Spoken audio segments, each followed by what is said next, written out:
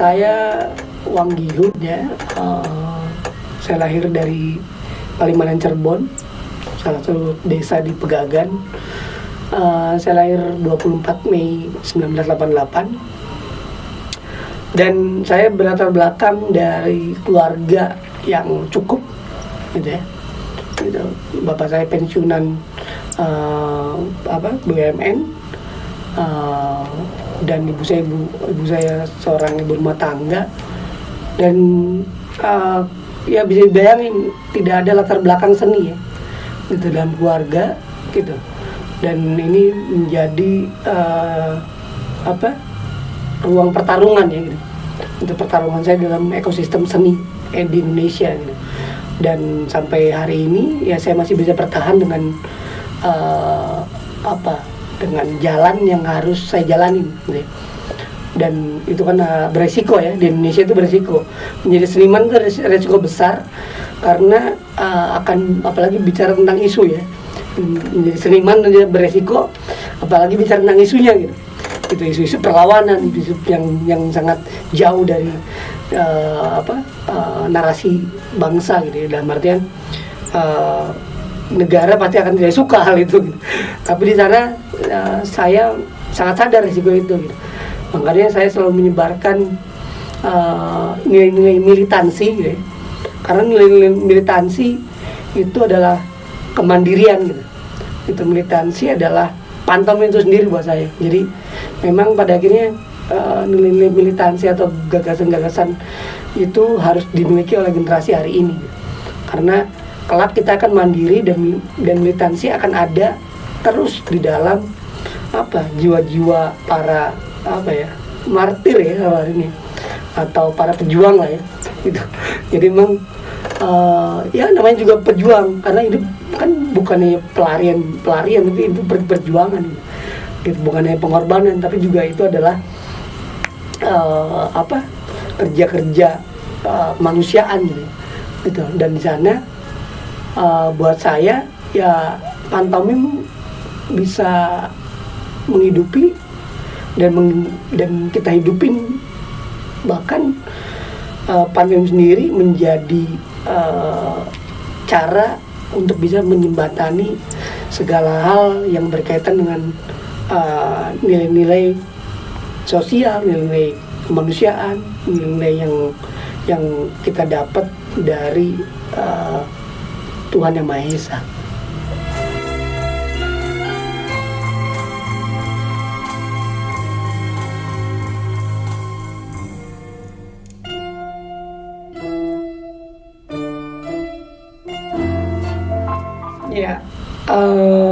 Ya itu juga bisa dibilang ya, saya menjadi salah satu perintis ya, dan bukan pewaris, gitu ya. Kalau pewaris itu kan berbeda dengan perintis. Pewaris itu saya mewarisi secara biologis siapa, gitu ya, gitu. Nah mungkin saya lebih ke perintis, karena di sana saya coba untuk merintis atau menciptakan ruang-ruang, gitu ya. Itu aktivasi-aktivasi baik di ruang publik atau di sosial ya, gitu. Nah salah satunya memang beberapa ruang-ruang belajar yang saya rintis itu juga bagian dari inisiatif, gitu ya. Nah ya selama merintis tadi, gitu, di sana juga ada nilai-nilai atau ada hal-hal yang saya dapat ketika ternyata pantomim ini sebagai warisan, gitu ya, gitu, warisan seni pertunjukan, gitu. Nah berarti saya secara tidak langsung sadar bahwa ini adalah warisan ideologis, gitu ya. Jadi warisan ideologis yang buat saya ini penting, gitu. Karena di sana terdapat pemikiran, gitu ya, terdapat gagasan, gitu. Nah kemudian dari situ, dari warisan-warisan ideologis ini, bagaimana saya merintis kembali atau menumbuhkan kembali rasa keingintahuan, gitu ya, gitu. Nah pengetahuan-pengetahuan yang diwariskan tersebut bisa saya sebarkan, gitu. Jadi memang selama yang tadi bagaimana saya merintis, itu ternyata ada warisan ideologis gitu ya, gitu, bukan warisan biologis. Nah, ideologis ini penting karena kita harus punya daya kritis ya, gitu ya, daya kritis dan gagasan gitu. Nah, memang pada akhirnya muara kita akan ke sana gitu, karena itu kekuatannya ya, kekuatannya dalam berkarya. Kita punya gagasan di dunia yang sangat cepat ini gitu.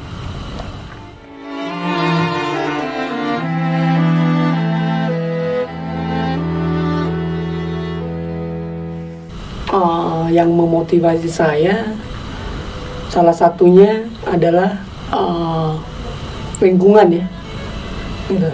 Nah, selain lingkungan juga ada berbagai macam hal gitu ya, termasuk bagaimana itu juga memantik untuk saya bisa menyuarakan gitu ya, gejala-gejala atau peristiwa-peristiwa di lingkungan sekitar gitu. Karena kalau kita bicara tentang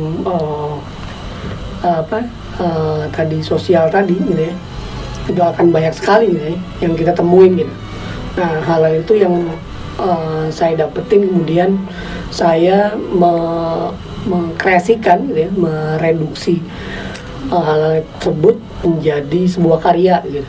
Nah, karya ini yang pada akhirnya bukan hanya sekedar merespon, tapi juga mengambil untuk dijadikan salah satu ruang gitu ya, untuk perenungan gitu ya, gitu, termasuk dalam karya-karya pantomim gitu. Nah, dari situ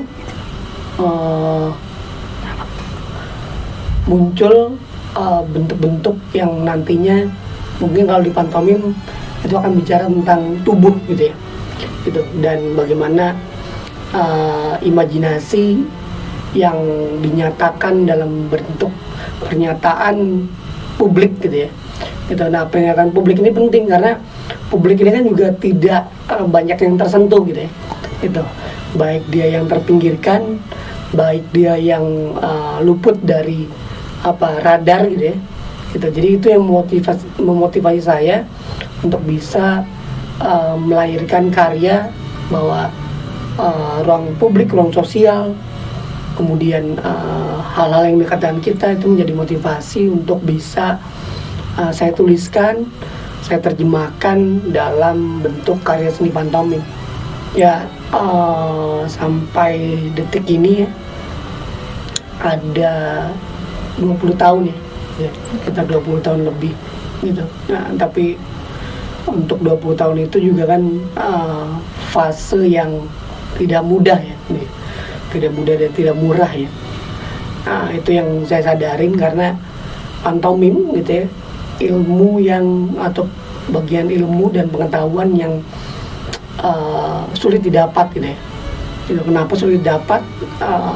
Karena memang literasi yang juga minim gitu ya. Nah, padahal pantomim sendiri itu dekat dengan kita gitu, keseharian kita gitu. Bayangkan saja kalau kita tidak berkata-kata ya, gitu ya, gitu. Dan kita pergunakan tubuh dan imajinasi kita dalam wilayah seni gitu ya. Nah, itu sudah menjadi pantomim gitu. Gitu ya, bukan hanya ada yang bilang juga ketika lahir ya gitu ya. Ketika lahir dan menjadi bayi itu juga sudah berpantomim gitu ya. Tapi tidak dalam konteks tersebut gitu. Gitu. Tapi memang pada akhirnya manusia atau siapapun itu sudah berada dalam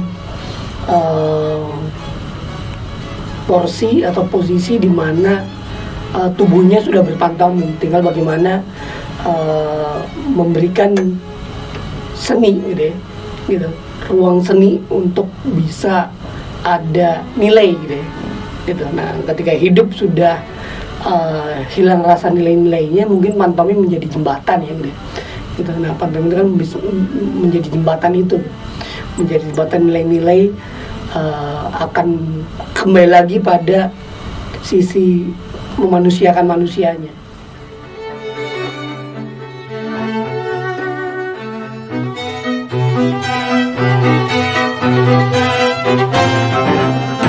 Ya, arti pantomim, saya berkali-kali menjawab pertanyaan tersebut tapi buat saya adalah semua akan ada artinya ya. Jika kita bisa salah satunya merenungi perjalanan hidup kita gitu.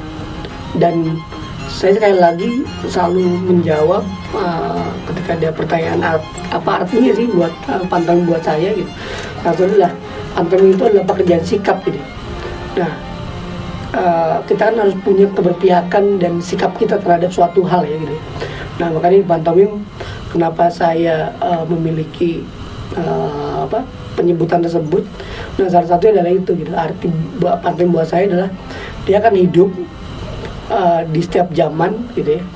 Dan dia tidak akan pernah hilang, dan sikap tersebut akan tertanam dari generasi ke generasi gitu. Tapi memang itu jangka waktu atau proses cukup lama ya gitu ya. Gitu, karena memang dari hal tersebut kita akan bisa memetik ya. Itu memetik bahwa pantomim bukan sekedar lelucon gitu. Pantomim bukan sekedar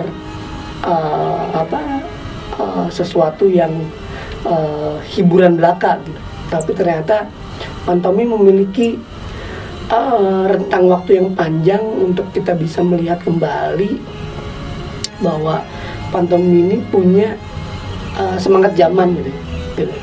Punya penguat untuk bisa kita menengok bahwa kita ini akan hilang atau akan tiada gitu. Dan kita akan masuk pada fase di mana ya kita sebagai bagian dari partikel kecil di kehidupan ini. Jadi memang pantomim adalah pekerjaan sikap buat saya gitu.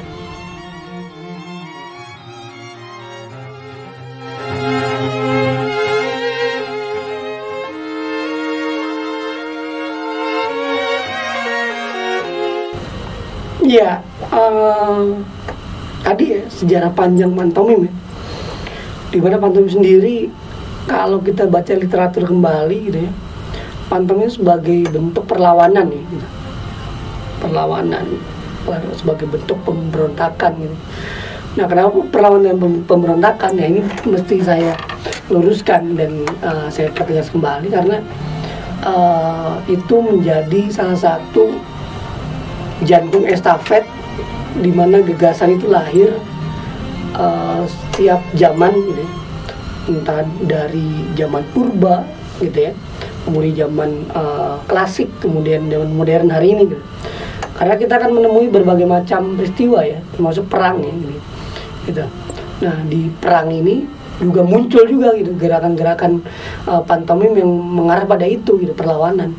Nah, kalau dulu pantomim ketika di kerajaan-kerajaan gitu ya, gitu, dia memiliki mengolok-olok gitu ya, gitu. Tapi bukannya sekedar mengolok-olok, dia juga punya ingatan untuk raja agar juga tidak mempunyai kuasa yang berlebih gitu ya. Nah, di zaman modern yang terjadinya perang gitu ya. Nah, pantomim menjadi ruang ingatan terkait dengan bagaimana suara-suara pantomim yang diam ini juga lantang gitu. Itu terkait dengan bagaimana pantomim juga bisa berkontribusi dalam eskalasi perang tersebut gitu, untuk bisa menyelamatkan anak-anak yatim misalkan seperti yang dilakukan oleh Marcel gitu ya, dengan dia masuk dalam perlawanan Prancis gitu ya, gitu pada Perang Dunia II gitu. Dan sampai hari ini gitu ya, karya-karya Marcel sendiri, salah satu maestro pantomim dunia, sampai hari ini masih terus dibahas dan dibicarakan di berbagai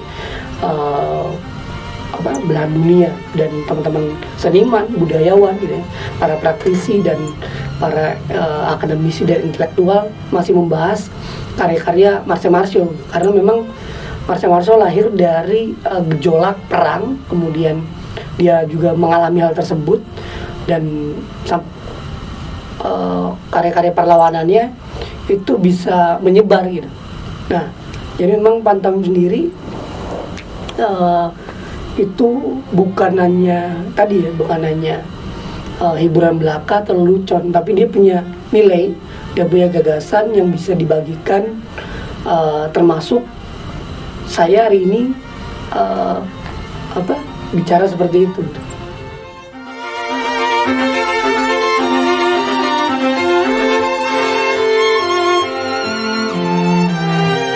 Ya, awalnya mungkin ini bukan tujuan saya, tapi dengan proses-proses yang terus berlangsung, nah ini menjadi pembacaan publik bahwa ini adalah tujuannya mengarah pada tadi ya, berbau sosial ini, gitu.